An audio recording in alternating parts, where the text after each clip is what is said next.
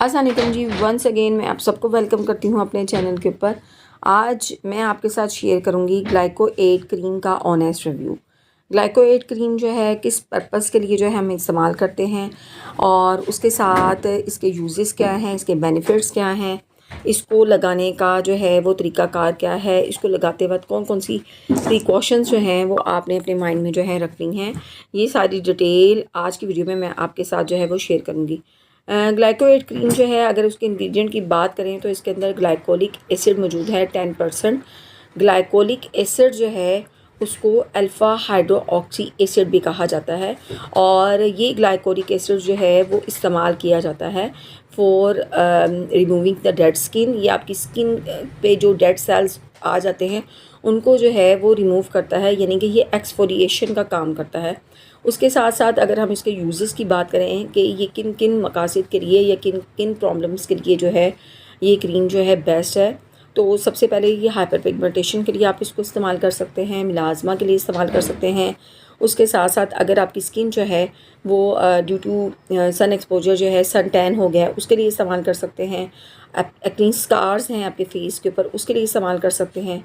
उसके साथ साथ अगर आपके फेस के ऊपर ओपन पोर्स हैं उनके लिए उनको टाइटन अप करने के लिए इस्तेमाल कर सकते हैं। ब्राउन स्पॉट्स हो हैं, ब्लैक हेड्स हो जो हैं आपके फेस के ऊपर हैं या वाइट हेड्स हैं, तो उन इस तमाम जो है प्रॉब्लम्स के लिए आप इसका इस्तेमाल कर सकते हैं। उसके साथ साथ अगर आप जो है वो प्री मेच्योर एजिंग के साइंस आपके फेस पे जो हैं फाइन लाइंस हैं, रिंकल्स हैं, उनके लिए भी बहुत ज़बरदस्त जो है क्रीम है। उसके साथ साथ क्योंकि इसके अंदर ग्लाइकोलिक एसिड 10% मौजूद है, तो ग्लाइकोलिक एसिड क्योंकि एक एसिड है तो वो आपकी जब डेड स्किन को जो है रिमूव करेगा, एक्सफोलिएशन का काम करेगा, आपकी स्किन को जो है पील ऑफ करेगा, तो नीचे से आपकी स्किन जो है वो ब्राइटन अप होगी। आप यानी इसका मतलब है कि आपकी स्किन जो है उस पर ग्लो आएगी, आपके फेस जो कम्प्लेक्शन है उसको जो है ब्राइटन अप जो है वो करेगा। अब अगर हम बात कर लें कि ये क्रीम जो है वो इसको लगाने का सही तरीक़ाकार जो है वो क्या है, तो सबसे पहले तो मैं आपको बताती चली जाऊँ क्योंकि इसके अंदर ग्लाइकोलिक एसिड 10% मौजूद है विच इज़ एन एसिड। लेकिन अगर आपकी स्किन बहुत ज़्यादा ड्राई है या आपकी स्किन सेंसिटिव है बहुत ज़्यादा, तो आपने इसको लगाने से पहले जो है अपनी स्किन का जो है वो स्किन टेस्ट कर लेना है। आपने अपनी कलाई पे इसको लगा के देख लें कि आपकी जो कान की बैक साइड वाला हिस्सा होता है, गर्दन की थोड़ा सा कान के नीचे, वहाँ पे जो है आप इसको अप्लाई करें फॉर 24 आवर्स, रात में लगा दें और सुबह जो है देखें कि वहाँ पे जो है सीवियर जो है रेडनेस तो आपकी स्किन नहीं होगी।